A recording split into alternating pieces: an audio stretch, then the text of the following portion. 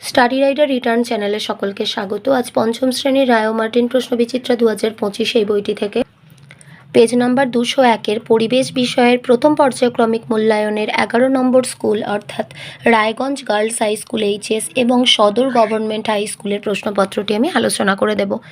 এর আগে আমি 10 পর্যন্ত প্রশ্নপত্র এবং বাংলার কিছু প্রশ্নপত্র তাছাড়াও ইংরেজি এবং অঙ্কেরও কিছু প্রশ্নপত্র সমাধান করে দিয়েছি। তোমরা যারা সেই ভিডিওগুলি দেখোনি তারা অবশ্যই দেখে নিতে পারো। তো চলো শুরু করা যাক। একের দাগে রয়েছে সঠিক উত্তরটি নির্বাচন করে লেখো। 1. হাড়ের জোরকে বলা হয় অস্থিসন্ধি। রাজা রামমোহন রায় জন্মগ্রহণ করেন হুগলি জেলায়। বাঁকুড়া জেলার পশ্চিম থেকে পূর্বে বয়ে গেছে কংসাবতী নদী। গঙ্গোত্রী হিমবাহ উত্তরাখণ্ড রাজ্যে অবস্থিত। ORS বানাতে কোনটি লাগে? নুন, চিনি আর জল।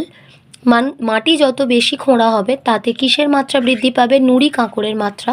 প্রদত্ত কোন গাছটি জলাভূমিতে জন্মায়? কলমি শাক। 2-এর দাগে শূন্যস্থান পূরণ করো। 1. স্টেথোস্কোপের আবিষ্কারকের নাম হলো রেনে লিনেক। কলকাতার ঢাল পূর্ব দিকে। ত্বকে রোদ লাগলে ভিটামিন ডি তৈরি হয়। শকুন একটি লুপ্তপ্রায় পাখি।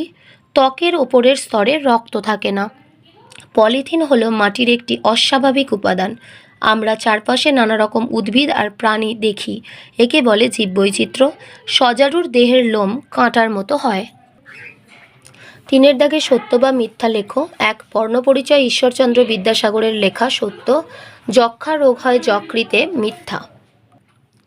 বঙ্কিমচন্দ্র চট্টোপাধ্যায় জন্মগ্রহণ করেন 1838 খ্রিস্টাব্দে। সত্য। 4-এর দাগে বাম দিকের সঙ্গে ডান দিক মিলিয়ে লেখো। বাম দিকে রয়েছে টাইগার হিল, এটা হবে দার্জিলিং জেলা। কাঁধ থেকে কনুই পর্যন্ত বিস্তৃত হাড়, হিউমেরাস। টিয়া পাখি একটি বন্য প্রাণী। কলা ও পেঁপে নরম কাণ্ডের গাছ। 5-এর দাগে রয়েছে নিচের প্রশ্নগুলির এক কথায় উত্তর দাও। 1. হৃৎপিণ্ডের শব্দ বোঝা যায় কোন যন্ত্রের সাহায্যে? স্টেথোস্কোপ। কোন কোন প্রাণীর থাবার নিচে নখ থাকে?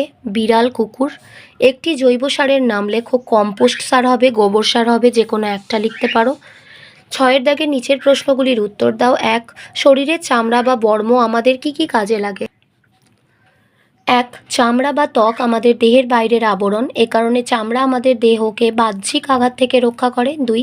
ত্বক সূর্যের আলোর অদৃশ্য অতি ক্ষতিকারক অতিবেগুনি রশ্মির প্রকোপ থেকে আমাদের বাঁচায়। 3. চামড়ার নিচে থাকা মাংসপেশি, শিরা, ধমনী প্রভৃতিকে ত্বক বাইরের আঘাত থেকে বাঁচায়। ত্বক না থাকলে সামান্য আঘাতেই দেহ থেকে রক্ত পড়ত। 4. ত্বক রোগ জীবাণুকে দেহের ভিতরে প্রবেশ করতে বাধা দেয়। স্বামী বিবেকানন্দের জন্ম কত সালে? 1863 সালে।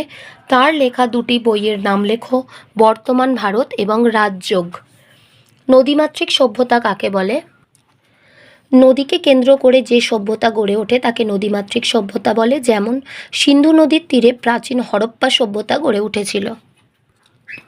সুন্দরবনের দুটি নদীর নাম লেখো। মাতলা ও বিদ্যাধরী। আজ এ পর্যন্তই। ভিডিওটি ভালো লাগলে অবশ্যই একটা লাইক দিও, আর পড়াশোনা সংক্রান্ত এরকম আরও গুরুত্বপূর্ণ ভিডিও পেতে আমাদের চ্যানেলটি সাবস্ক্রাইব করে পাশে থাকা বেল আইকনটি প্রেস করো আর বন্ধুদের সাথে শেয়ার করো। ভালো থেকো, খুব তাড়াতাড়ি ফিরে আসবো নেক্সট ভিডিওতে। Thanks for watching.